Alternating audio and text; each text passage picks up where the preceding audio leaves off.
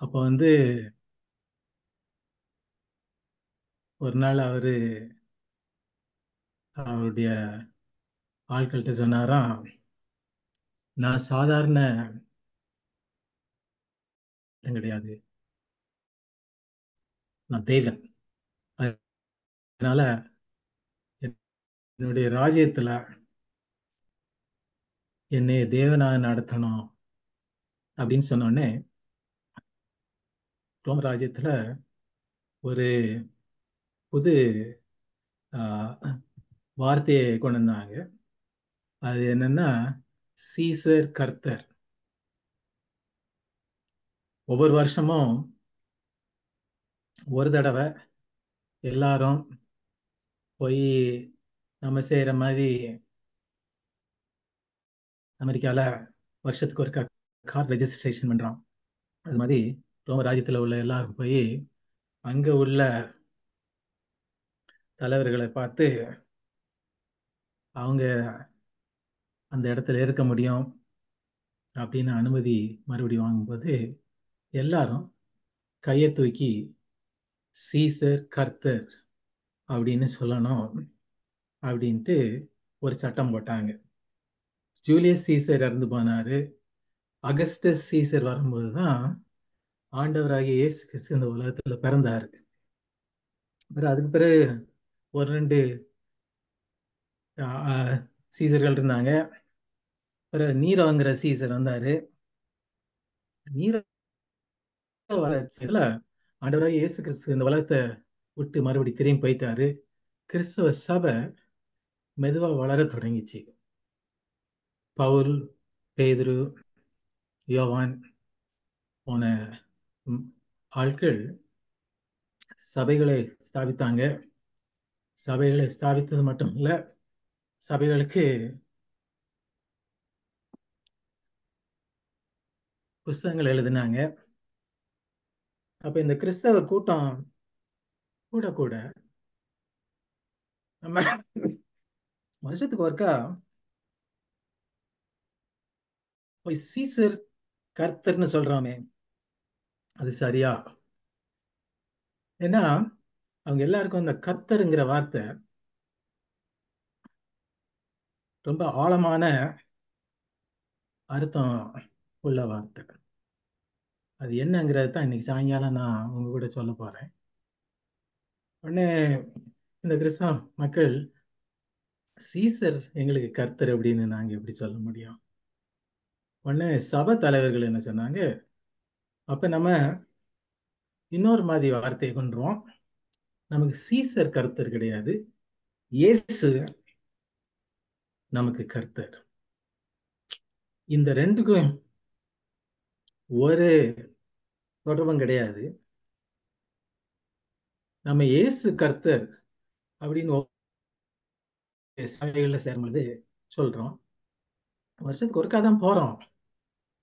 ஆனா வருஷத்துக்கு ஒருக்கா கூட சீசர் கர்த்தர் அப்படின்னு இயேசுவை பின்பற்ற மக்கள் சொல்ல மாட்டாங்க அப்படின்னு அவங்க சொல்ல தொடங்கினோடனே நீரோ சீசர் என்ன பண்ணாருன்னா, நிறைய கஷ்டங்களை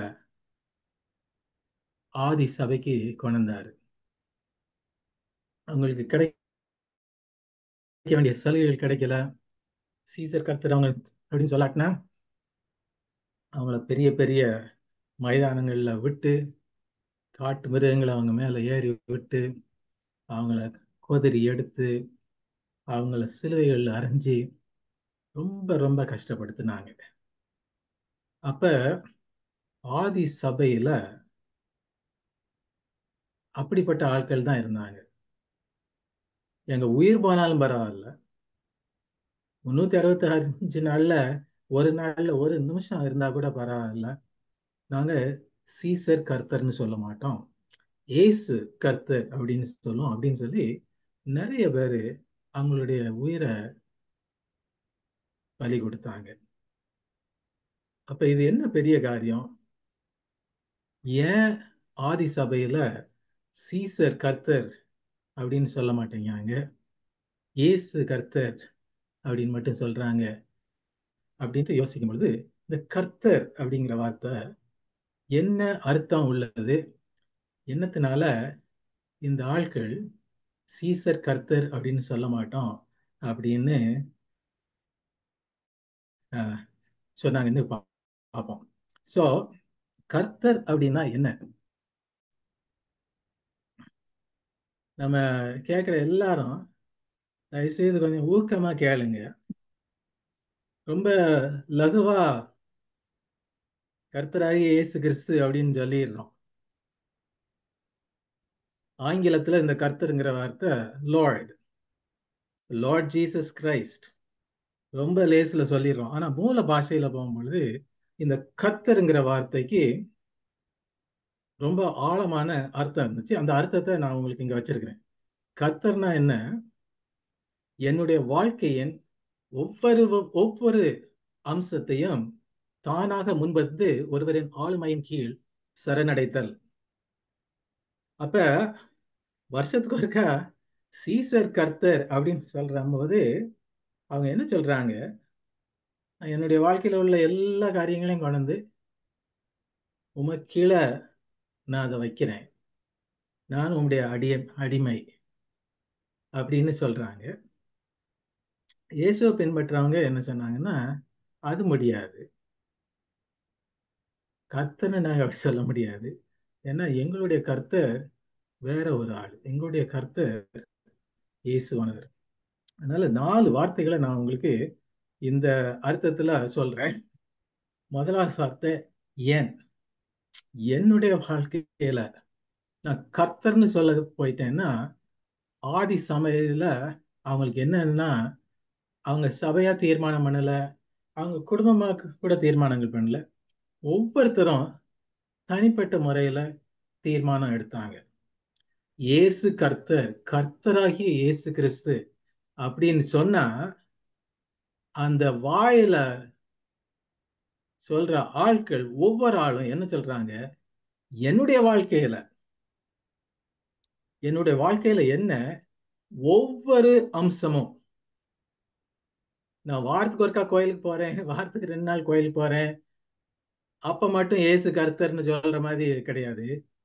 ஒவ்வொரு அம்சமும், ஒவ்வொரு நிமிடமும், ஒவ்வொரு நொடியும், ஒவ்வொரு நாளும், ஒவ்வொரு வாரமும், மாதமும், வருஷமும், எல்லா காரியங்களும் ஒவ்வொரு அம்சமும் தானாக முன் வந்து யாரையும் கையை பிடிச்சு மடக்கி போடா நீ ஏசு கர்த்தர்னு சொல்லு, இல்லாட்டினா சீசர் கர்த்தர்னு சொல்லு, அப்படியெல்லாம் யாரும் என்னை தள்ளி செய்ய தேவையில்லை. இது நானே என்னுடைய சொந்த லக்கில் நான் தீர்மானம் எடுத்தது. என்னுடைய வாழ்க்கையில எல்லா காரியங்களையும் நானே முன் வந்து ஒருத்தருடைய ஆலயின் கீழே நான் எல்லாத்தையும் சரணடைகிறேன். அதனால அப்படி நான் தீர்மானம் பண்ணும்பொழுது எனக்கு சீசர் கர்த்தரா இயேசு கர்த்தரா அப்படின்ட்டு நான் யோசிக்கணும். நான் என்ன யோசிக்கிறேன்?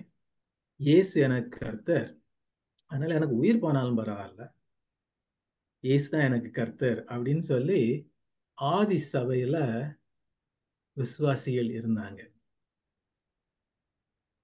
இந்த மூல அர்த்தங்களை நான் படிச்ச உடனே எனக்கு கொஞ்சம் கஷ்டமாயிருச்சு. என்ன கஷ்டமாயிருச்சுன்னா, என்னுடைய வாழ்க்கையில என்னுடைய சபையில நான் ஆட்கள்கிட்ட பேசும்போது எவ்வளவு லகுவா கர்த்தராகி இயேசு கிறிஸ்துன்னு சொல்லிடுவேன். நீங்க இதெல்லாம் சில பேர் அப்படி சொல்லியிருப்பீங்கன்னு நினைக்கிறேன். ரொம்ப லேசில் சொல்லிடுறோம். ஆனா நான் கேட்க வேண்டிய கேள்வி, என்னுடைய வாழ்க்கையில நான் அவரை கர்த்தர்ன்னு சொன்னா ஒவ்வொரு அம்சத்தையும் நானே தீர்மானித்து அவருடைய அரசாட்சி கீழே நான் சரணடைகிறேன் அப்படின்னு சொல்றேன்னா, இல்லாட்டினா நான் பைபிளை திறக்கும் போது மட்டும் அவர் கர்த்தரா இருக்கிறாரு, கோயில் போகும்போது மட்டும் கர்த்தரா இருக்காரு, இல்லாட்டினா இப்படி ஒரு ஜெப கூட்டத்துல சேரும்போது மட்டும் ஏசு கர்த்தரா இருக்கிறாரு, மற்ற நேரத்துலலாம் மற்ற நேரத்துலலாம் ஏசு கர்த்தரா என்னமோ தெரில. ஏன்னா என்னுடைய வாழ்க்கையை பார்த்தா அப்படி இருந்த மாதிரி தெரில அப்படின்ட்டு நான் யோசிக்க வேண்டியது இருந்துச்சு. இந்த அர்த்தத்தை வச்சுக்கிட்டு வேதத்துல இருந்து 2 வசனங்களை பார்ப்போம். சரி, பவுல் ரோமருக்கு எழுதுறாரு. ரோம்ல உள்ள ரோம ராஜ்யத்துக்கு எதிராக தான் இந்த கிறிஸ்தவங்க நிற்கிறாங்க. நாங்க சீசர் கர்த்தர்ன்னு சொல்ல மாட்டோம், இயேசு கர்த்தர் அப்படின்னு சொல்லுவோம். அப்படின்னு சொன்னதுக்கு இப்ப அர்த்தத்தை சொல்லிட்டேன். அதனால என்ன சொல்றாரு? கர்த்தராகி இயேசுவை நீ உன் வாயினால் அறிக்கையிட்டு.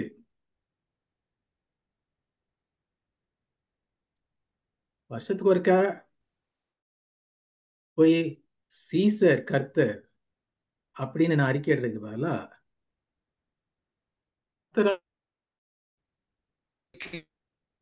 அவரை என்னுடைய வாயினால அறிக்கையிட்டு தேவன் அவரை மரித்தோரிலிருந்து எழுப்பினார் என்று உன் இருதயத்திலே விசுவாசித்தால் ரட்சிக்கப்படுவாய் அப்படின்னு பவுல் எழுதியிருக்காரு. அப்ப ஆதி சபைக்குள்ள வந்த ஒவ்வொருத்தரும் சும்மா சாதாரணமா வந்தாங்கன்னு நினைச்சுக்கிறாதீங்க. நம்ம சில சமயம் யோசிக்கிறோம், சபைக்குள்ள வர்றது என்ன அர்த்தம்னா, இவ்வளவு நாளும் வாரத்துல இன்னொரு நாளை ஓய்வு நாளா கொண்டாடினாங்க, இப்ப இந்த நாளை ஓய்வு நாளாக கொண்டாடுறாங்க, இயேசு கர்த்தர் ஆயிட்டாரு அப்படின்னு சிலவங்க யோசிக்காங்க. சிலவங்க யோசிக்காங்க, இது வரைக்கும் வாழ்க்கையில இப்படிப்பட்ட காரியங்கள்லாம் சாப்பிட்டோம், இனி இப்படிப்பட்ட காரியங்கள்லாம் சாப்பிட மாட்டோம், இப்படிப்பட்ட காரியங்களை சாப்பிடுவோம். அதனால கர்த்தராகி இயேசு எங்களுக்கு கர்த்தரா இருக்கிறாரு அப்படின்னு யோசிக்கிறாங்க. சிலவங்க சொல்றாங்க, நாங்க இப்படிப்பட்ட இடத்துல வாழ்ந்தோம், இப்ப எங்களுடைய வாழ்க்கை இப்படி மாறி போச்சு, அதனால இயேசு கர்த்தர் அப்படின்ட்டு நிறைய காரியங்களை இந்த காலத்துல யோசிச்சுட்டு இருக்கோம். ஆதி சபையில அப்படி இல்லை. அவங்க கர்த்தர் இயேசு அப்படின்னு வாய்னால அறிக்கையிடும் போது என்ன சொல்றாங்க? என்னுடைய வாழ்க்கையில ஒவ்வொரு அம்சத்தையும் நானாக முன்வந்து இயேசுவின் ஆளுமையின் கீழே சரணடைகிறது தான் அவர் எனக்கு கர்த்தர் அப்படின்னு நான் சொல்லும் பொழுது எல்லாருக்கும் தெரியுது. இன்னொரு வசனம் பழைய ஏற்பாடுல இருந்து, இதை பற்றி நான் ரொம்ப மாசங்களுக்கு முன்னால பேசினேன், மறுபடியும் ஒரு வார்த்தை சொல்றேன். சங்கீதம் 23:1 சொல்றது, கர்த்தர் என் மெய்ப்பராயிருக்கிறார், நான் தாழ்ச்சி அடையேன். இப்ப இந்த அர்த்தத்தை பார்த்த உடனே, கர்த்தருங்கிற வார்த்தைக்கு அர்த்தத்தை பார்த்த உடனே எனக்கு என்ன தெரிஞ்சிருச்சு? நான் தாழ்ச்சி அடையேன்ட்டு சங்கீதக்காரன் எப்படி சொல்ல முடியும்? என்னுடைய எல்லா வாழ்க்கையிலும் எல்லா காரியங்கள்லையும் நான் தாழ்ச்சி அடையாம இருக்கிறதுக்கு ஒரே காரணம் கர்த்தர். ஏன் என்னுடைய வாழ்க்கையில எல்லா அம்சத்திலையும் நானாக முன் வந்து அவருடைய அரசாட்சி கீழே நான் என்னை கீழே சரணடைகிறேன் அப்படின்னு சொல்றதுதான் கர்த்தர் அப்படின்னு அர்த்தம். இப்படிப்பட்ட காரியத்தை யோசிக்கும் பொழுது கொஞ்ச நாளைக்கு முன்னால ஒரு புஸ்தகத்தை வாசிக்கிட்டு இருந்தேன். ராபர்ட் மங்கர் அப்படின்னு சொல்ற எழுத்தாளர் நல்லா எழுதியிருந்தாரு. அவருடைய புஸ்தகத்துல என்ன எழுதியிருக்கிறாருன்னா, என்னுடைய இருதயம் இயேசுவின் அரண்மனை, என்னுடைய இருதயம் இயேசுவின் அரண்மனை அப்படின்னு அதை வாசித்த உடனே எனக்கு ஒரு யோசனை தோணுச்சு. உடனே அந்த யோசனையை இந்த சாயங்காலத்துல இந்த காலையில உங்க எல்லாருக்கூடையும் பகரலாம்னு நினைச்சேன். இயேசு என்னுடைய வாழ்க்கையில அரண்மனையில வீற்றிருந்தாருன்னா என்னுடைய வாழ்க்கை எப்படி இருக்கும்? அது நான் நிறைய திசைகளில் உங்களை கூட்டு போகலாம். ஆனால் இன்னைக்கு ஒரே ஒரு திசையில கூட்டு போறேன். நம்ம எல்லாருக்கும் இது தெரிஞ்ச காரியம். அதனால எப்படி போகுதுன்னு பார்ப்போம். நம்ம எல்லாரும் வீடுகளில் இருக்கிறோம். எவ்வளோ சிலவங்க பெரிய வீட்டில் இருக்கலாம், சிலவங்க சின்ன வீட்டில் இருக்கலாம். நான் பெரிய வீட்டுக்கும் சின்ன வீட்டுக்கும் இடையில உள்ள ஒரு சாதாரணமான வீடை எடுத்து உங்கள்கிட்ட காட்டலாம்னு நினைச்சேன். அதனால ஒரு வீடை வரைஞ்சி காட்டுறேன். சரி, இது ஒரு வீடுன்னு வச்சுக்கிடுவோமே. எல்லாருக்கும் தெரியுது. தமிழ்ல என்ன சொல்றதோ தெரியல, ஆங்கிலத்துல இது ஒரு ப்ளூ பிரிண்ட். சரியா? காட்டுறேன், அதனால எல்லாம் பார்த்துக்கிடுங்க. முதல்ல இங்க கதவு இருக்குது, நம்ம எல்லாம் தெரியுது. உள்ள வந்தோடனே முதல் ரூம், அந்த அறைக்கு பேர் என்னது? வருகை அறை அப்படின்னு வைப்போம். ஸோ இயேசு எல்லாவற்றிலையும் என்னுடைய வாழ்க்கையில கர்த்தரா இருக்கிறார் அப்படின்னு நான் சொல்றேன். இந்த வீட்டை பார்க்கும்போது நானே கேட்டுக்கிட வேண்டியது, நான் வாயில சொல்றது ஒண்ணு, என்னுடைய வாழ்க்கையிலையும் அப்படி நடக்குதா? சரி, வருகை அறையில என்னெல்லாம் நடக்குது? உங்க வீடை யோசிச்சு பாருங்க. முன்னாள் ரூம்ல வருகை அறை. வருகை அறையில் தான் பொதுவா வெளியே இருந்து விருந்தினர்கள் வராங்க. விருந்தினர்கள் வரும்போது, குடும்பத்தார் வரும்போது அவங்கள நம்ம உபசரிக்கிறோம், உட்காந்து பேசுறோம், நேரம் செலவிடுறோம். கர்த்தர் இயேசு என்னுடைய இருதய அரண்மனையில வீட்டு இருந்தாருன்னா, என்னுடைய வருகை அறையில நான் ஆட்களோடு பகிர்ந்து கொள்ளும் பொழுது எப்படி போகுது? என்னுடைய பேச்சுவார்த்தை எப்படி இருக்கும்? நான் ஆட்களை அன்போடும் மரியாதையோடும் பாசத்தோடும் கவனத்தோடும் நடத்துறேன். நான் குறை சொல்லாம, பொய் சொல்லாம, கோல் சொல்லாம, சண்டை போடாம,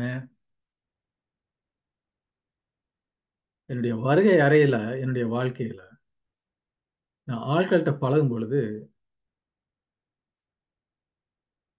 இயேசு என்னுடைய வாழ்க்கையில கர்த்தரா இருக்கிறார் அப்படின்ட்டு நான் காட்டுறேனா இல்லையா அப்படின்ட்டு நம்ம ஒவ்வொருத்தரும் நம்மகிட்ட தான் கேட்டுக்கணும்.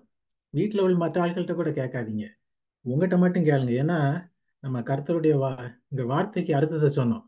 ஒவ்வொருத்தரும் தனித்தனியாக தீர்மானம் எடுக்கணும். சரி, அங்கிருந்து இன்னொரு அறைக்கு போவோம். படுக்கை அறை. இது எங்க வீடுன்னு வச்சுக்கிட்டோமே.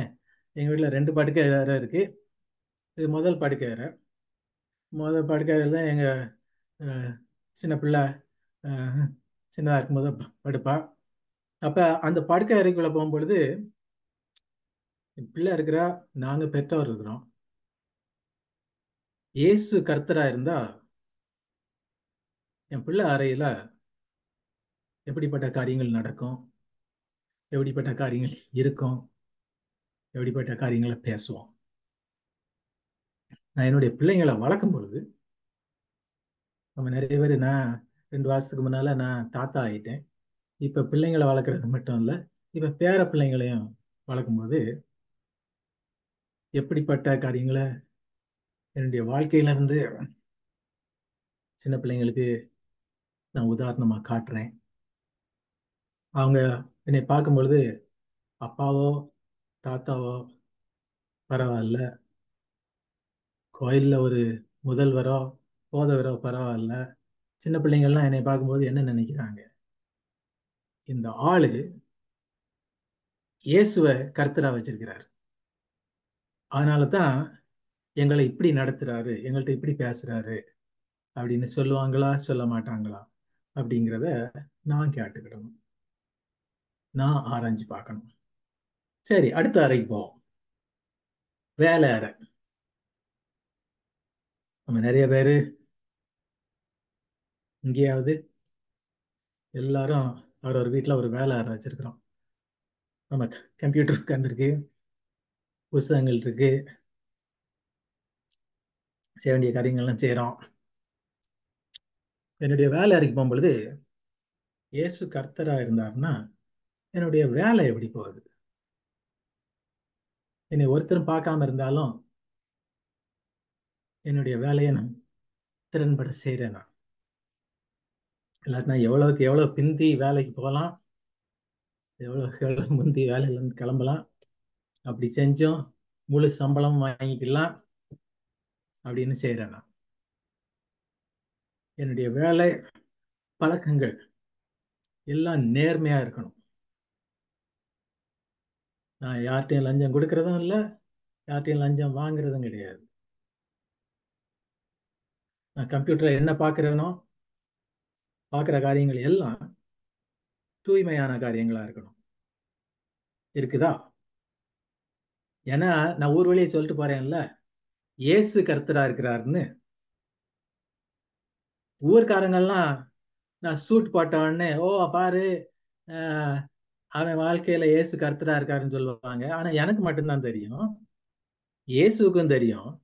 என்னுடைய வேலை அறையில என்னுடைய வேலை காரியங்களை நான் செய்யும் பொழுது அவர் கர்த்தரா இருக்கிறாரா இல்லையா அப்படின்ட்டு நாங்க தீர்மானிச்சுக்கிடணும். சரி, இன்னொரு அறைக்கு போவோம், சமையல் அறை. நம்ம எல்லாருக்கும் வீட்டுல சமையல் இருக்கு.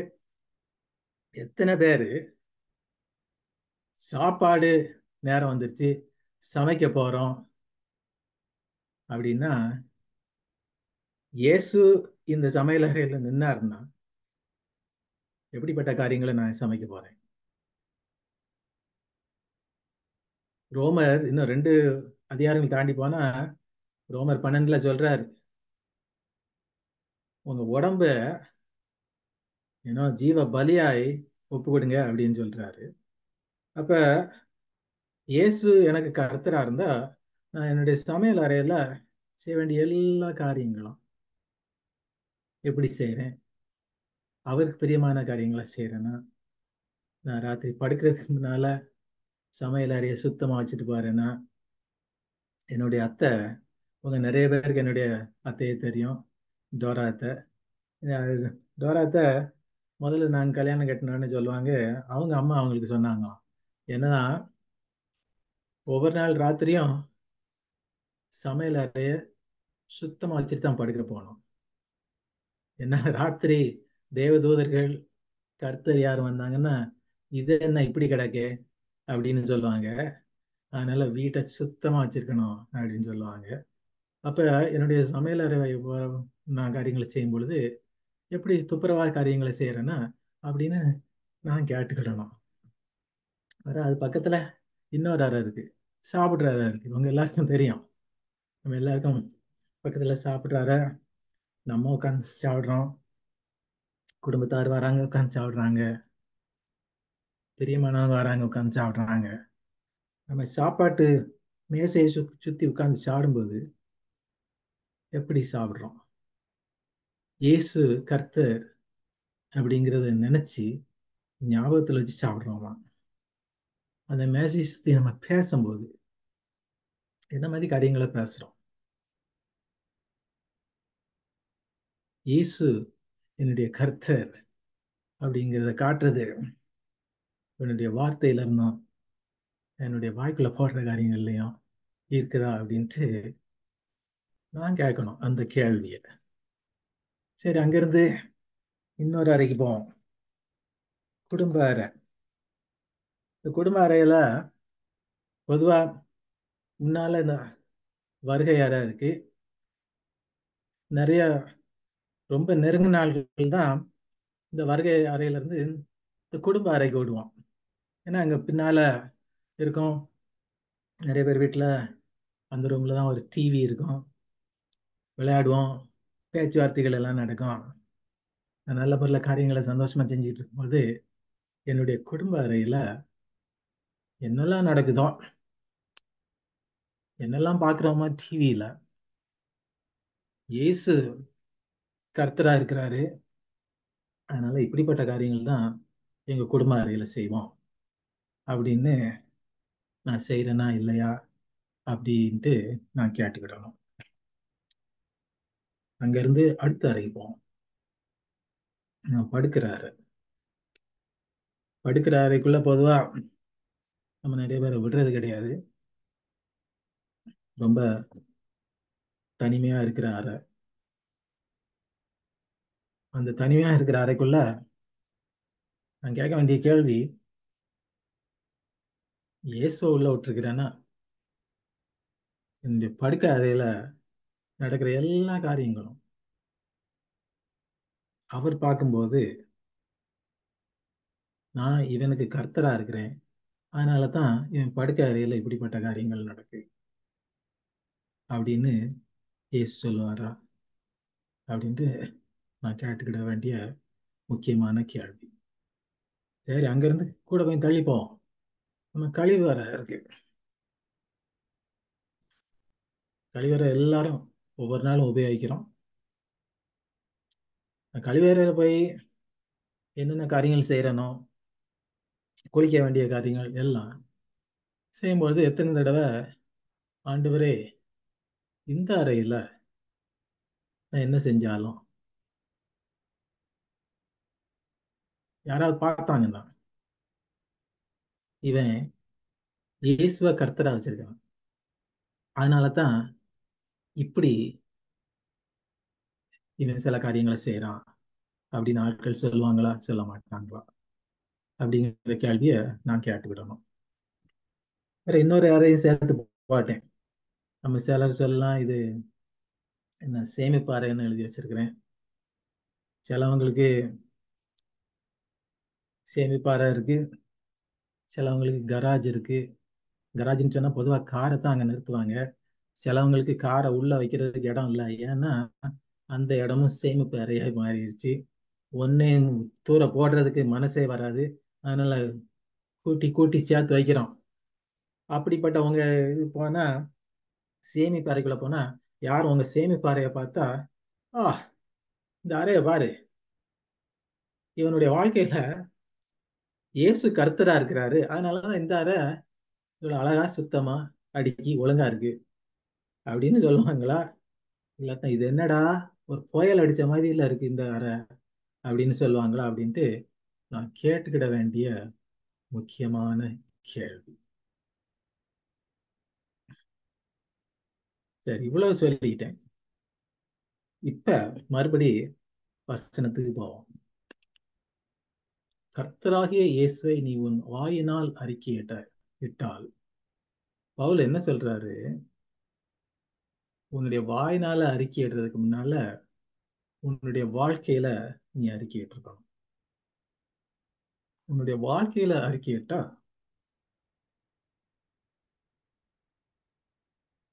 நீ தளபதியை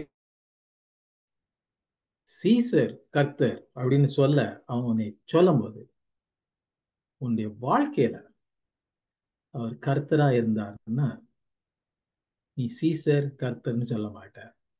என் உயிர் போனாலும் பரவாயில்ல, என்னுடைய இருதயத்தின் அரண்மனையில இயேசுதான் கர்த்தரா இருக்கிறார், அதனால உங்க முன்னால் நின்று என் உயிர் எடுத்தாலும் சரி இயேசு கர்த்தர் அப்படின்னு நான் அறிக்கையிடுவேன் அப்படின்ட்டு பவுல் ஆதி சபைக்கு சொல்லி கொடுத்தார். என்னுடைய வாழ்க்கையில எப்படி இருக்கு, உங்களுடைய வாழ்க்கையில எப்படி இருக்கு? கர்த்தராகிய இயேசு கிறிஸ்துவை நீங்கள் உங்கள் வாயினாலே அறிக்கையிட்டு தேவன் அவரை மரித்தோரிலிருந்து எழுப்பினார் என்று உங்கள் இருதயத்திலே விசுவாசித்தால் நீங்கள் ரட்சிப்படைவீர்கள். அப்படிப்பட்ட ஆசீர்வாதம் நம்ம எல்லாருக்கும் காத்திருக்கு.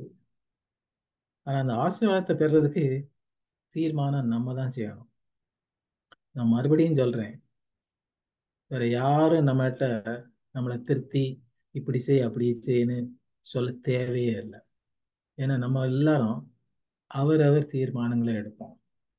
என்னுடைய வாழ்க்கையில நான் தீர்மானம் பண்றேன், என்னுடைய வாழ்க்கையில ஒவ்வொரு அம்சத்தையும், கதவுல இருந்து பின்னால் கதவு வரைக்கும் எல்லாத்தையும், ஒவ்வொரு அம்சத்தையும் நானே முன் வந்து இயேசுவின் அரசாட்சி கீழே நான் அதை சரணடைகிறேன் அப்படின்னு சொல்லும் பொழுது நான் யார் முன்னால் நின்னாலும் சரி, சீசர் கர்த்தர் அப்படின்னு கை தூக்கி சொல்ல அவங்க கேட்கும் பொழுது யாரும் பக்கத்துல இருக்க தேவையில்லை. ஏன்னா நான் என் கை தூக்கி சொல்லுவேன், இயேசு என் கர்த்தர் அப்படி சொல்ல நம்ம ஒவ்வொருவருக்கும் ஆண்டவர் கிருபை செய்வாராக. ஆமென். நாம் கிறிஸ்தவர்களாகிய நாம் ஒவ்வொருவரும் இயேசுவே கர்த்தர் என்பதை நாம் விசுவாசிக்கிறோம். அப்படி நாம் விசுவாசிப்போமானால் ரட்சிக்கப்படுவோம் என்ற தலைப்பில் அருமையாக தெளிவாக இந்த செய்தியை எடுத்துரைத்த பாஸ்டர் ஜபா மோசஸ்க்கு இந்த கூட்டத்தின் சார்பாக நன்றி தெரிவித்துக்கிறோம். இப்பொழுதும் க்ளோசிங் சாங் 33வது பாட்டு பாஸ்டர் அண்ட் மிஸ்ஸஸ் ராஜரத்னம் பாடுவார்கள்.